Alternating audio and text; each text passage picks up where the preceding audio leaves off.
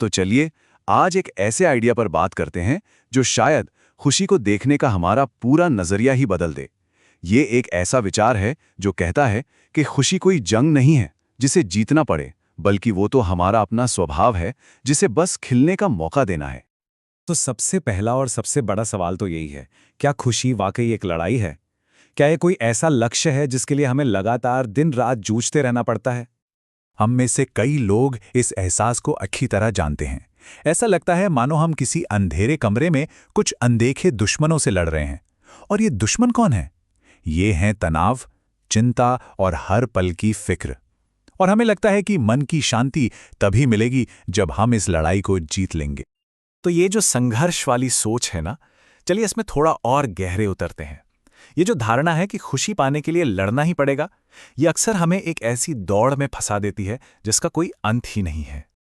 जरा इस बात पर गौर कीजिए, ये एक कमाल की मिसाल है।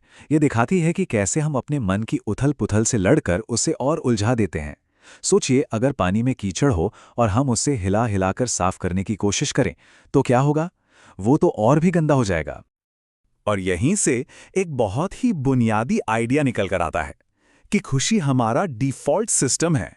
मतलब ये कोई ऐसी चीज़ नहीं है जिसे हमें बाहर से जीतना है। ये तो हमारी अपनी कुदरती अवस्था है जो पहले से ही हमारे अंदर मौजूद है।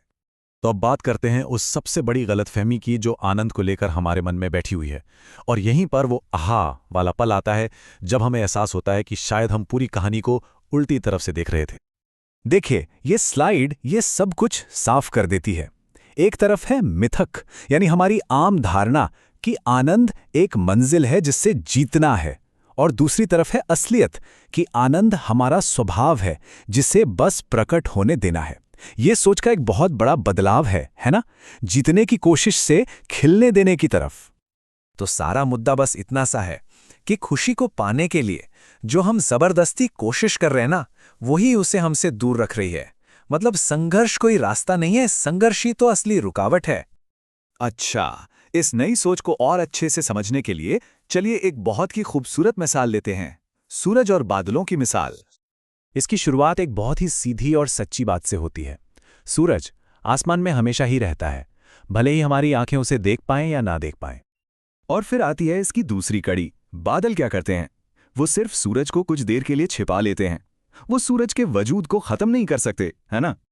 अब ठीक इसी को अपने अंदर की दुनिया से जोड़कर देखिए। हमारा जो कुदरती आनंद है वो उस सूरज की तरह है, और हमारे गलत कोशिशें, हमारे नेगेटिव विचार, हमारे मन का मैल, ये सब उन बादलों की तरह हैं जो बस उस सूरज जैसे आनंद को हमसे छिपा लेते हैं। इस विचार को और मजबूती देने के लिए चलिए एक ऋषि की सदियों पुरानी बुद्धिमत्ता पर एक नज़र डालते हैं जो इसे एक अलग ही गहराई देती है। युग ऋषि पंडित श्रीराम शर्मा आचार्य जी ने ये बात 1986 में कही थी, लेकिन आज भी ये उतनी ही सच है। वो साफ साफ कहते हैं कि असली क्रांति किसी बाहरी लड़ाई से नहीं आती, वो तो भीतर की पवित्रता से आती है। अंदर की सफाई ही वो चाबी है जो खुशी के दरवाजे खोल देती है। तो इस संदेश से क्या बातें निकल कर आती हैं? पहली और सबसे ज़रूरी बात कि सच्ची क्रांति बाहर नहीं, हमारे अंदर होती है। दूसरी बात कि इस क्रांति का हथियार तलवार या बंदूक नहीं, सिर्फ मन की पवित्रता है।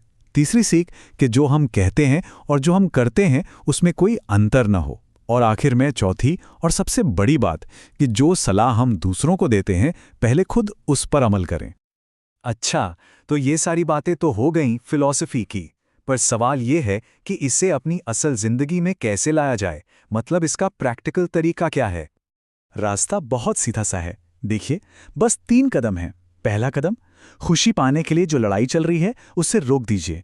दूसरा कदम, अपने मन को जलन, झूठ और हर तरह के मैल से साफ कीजिए। और तीसरा, बस सहज हो जाइए, एकदम शांत। ये बात सुनने में थोड़ी अजीब लग सकती है, लेकिन इस पूरी सोच का दिल यही है कि असली शांति कुछ करने की भागदौड़ में नहीं, बल्कि कुछ न करने की कला में माहिर होने से मिलती है। और जब ये बदलाव आता है तो नतीजा क्या होता है? मन की एक ऐसी हालत जो एकदम शांत है, चमकदार है, बिल्कुल एक ठहरी हुई झील की तरह, जो अपने अंदर की शांति को साफ साफ दिखाती है। तो मैं इस पूरी बातचीत को एक गहरे सवाल पर छोड़ता हूं। एक ऐसा सवाल जिस पर हम सब सोच सकते हैं कि जब सारी लड़ाई, सारी कोशिशें और सारी भागदौड़ रुक जाती है, तो आखिर में पीछे बचता क्या है?